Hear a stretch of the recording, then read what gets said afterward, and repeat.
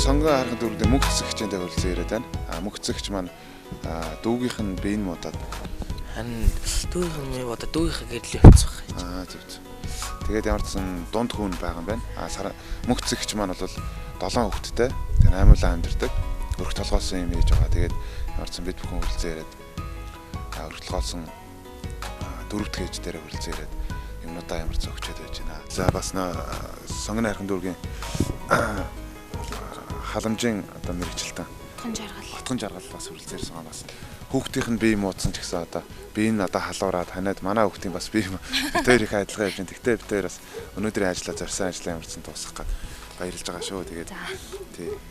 Манай сонгон хайрхан дүүргийн мөсцөг гэдэг айл бол нэг ядуу. Тэгээд 7-гийн 7-нд хүүхдтэйгээ ингээд өргөтлгоолын амьдардаг 40 гаруй насны ихж байгаа. Бас амьдрал төвчээртэй хатуудалчлалтай ингэж явна гэдэг бол багийн хүнд бас байхгүй хүнд асуудал.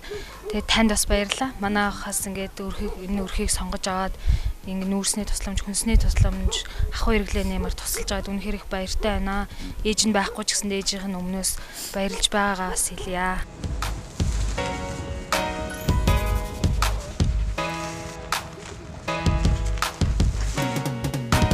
Толгоосон ээжүүдтэй бас сэтгэлийн хаттай байж за бидний төлөө бас ингэж зүтгэдэг хүн бас намайг одоо өсгсөн ээж маань бас миний одоо намайг өсгөх гэж ингэ зүтгэсэн бүх ээжүүдтэй бас баярлалаа.